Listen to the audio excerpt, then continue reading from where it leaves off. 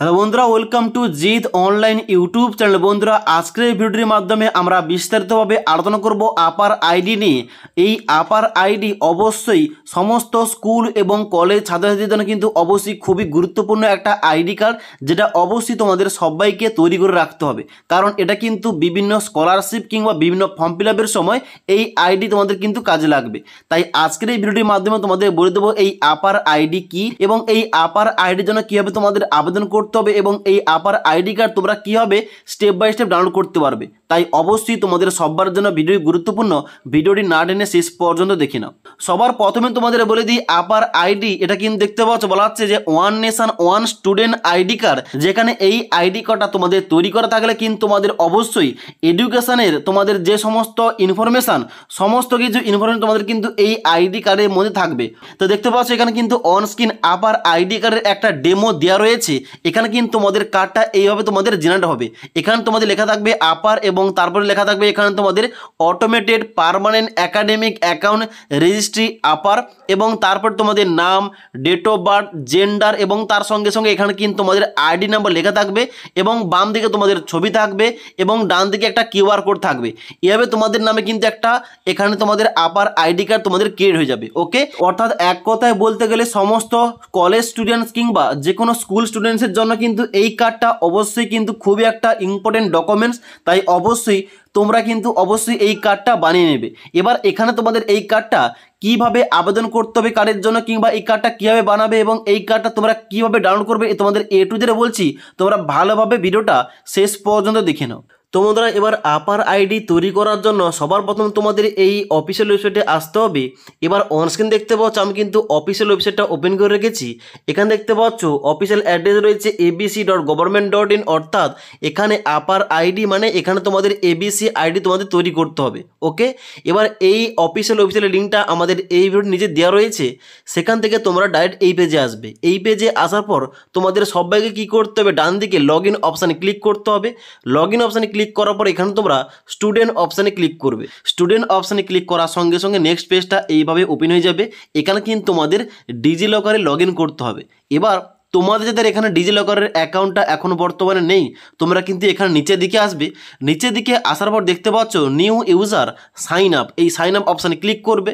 Sign up অপশানে click করার সঙ্গে সঙ্গে তোমাদের কিন্তু এখানে তোমাদের মোবাইল নাম্বার দিয়ে জেনারেট ওটিপি করতে হবে। তাহলে কিন্তু তোমাদের মোবাইল নাম্বারে একটা ওটিপি যাবে এবং তারপর নিচের দিকে এসে এখানে কিন্তু তোমাদের আইডেন্টি টাইপ তোমাদের সিলেকশন করতে হবে। তারপর তোমাদের নাম, date of birth, gender, user name, pin এবং কনফার্ম পিন দিয়ে তোমাদের এখানে কনসেন্ট করতে হবে এবং তারপরে ভেরিফাই অপশানে ক্লিক করতে হবে এবং তারপর কিন্তু তোমাদের এখানে লগ ইন করতে হবে।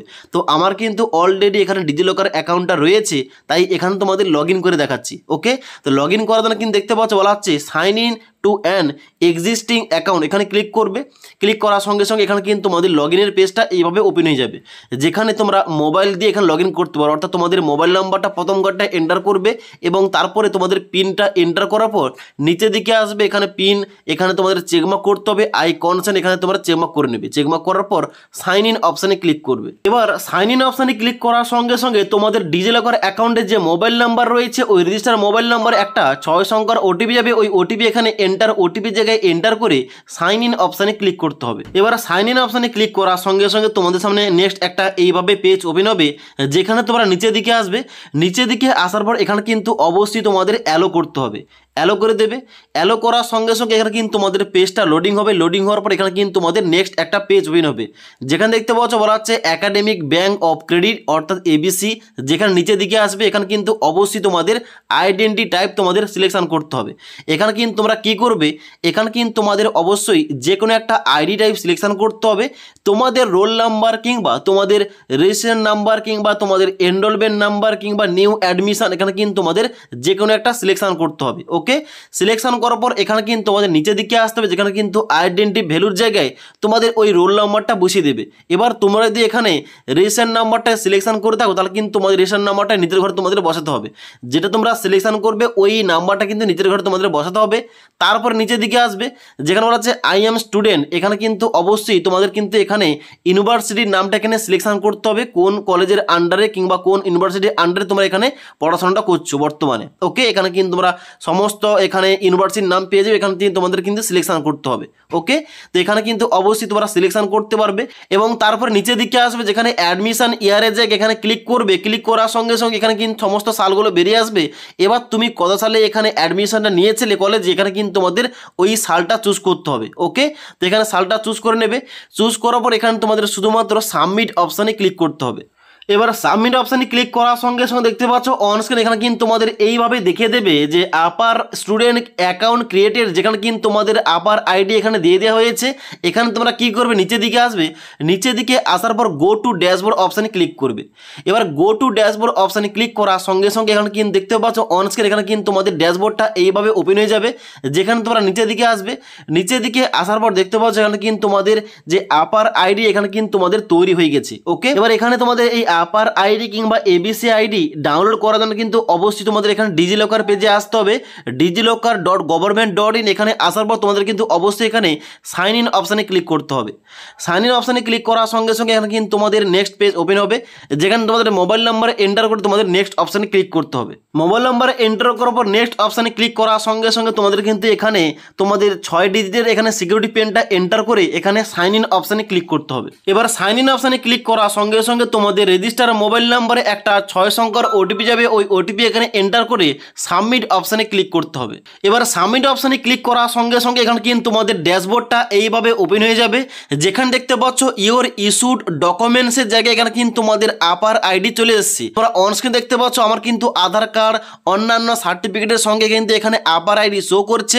এখানে তোমরা আপার আইডির উপরে একবার ক্লিক করবে। ক্লিক করার সঙ্গে সঙ্গে এখানে কিন্তু তোমাদের আপার আইডিটা এখানে কিন্তু এইভাবে ওপেন হয়ে যাবে পিডিএফ ফরম্যাটে।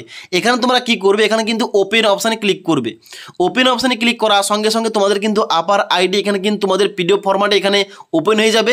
তোমরা অনস্ক্রিন দেখতে পাচ্ছ পিডিএফটা ওপেন করার সঙ্গে সঙ্গে এখানে কিন্তু তোমাদের এইভাবে একটা কার্ড শো করবে।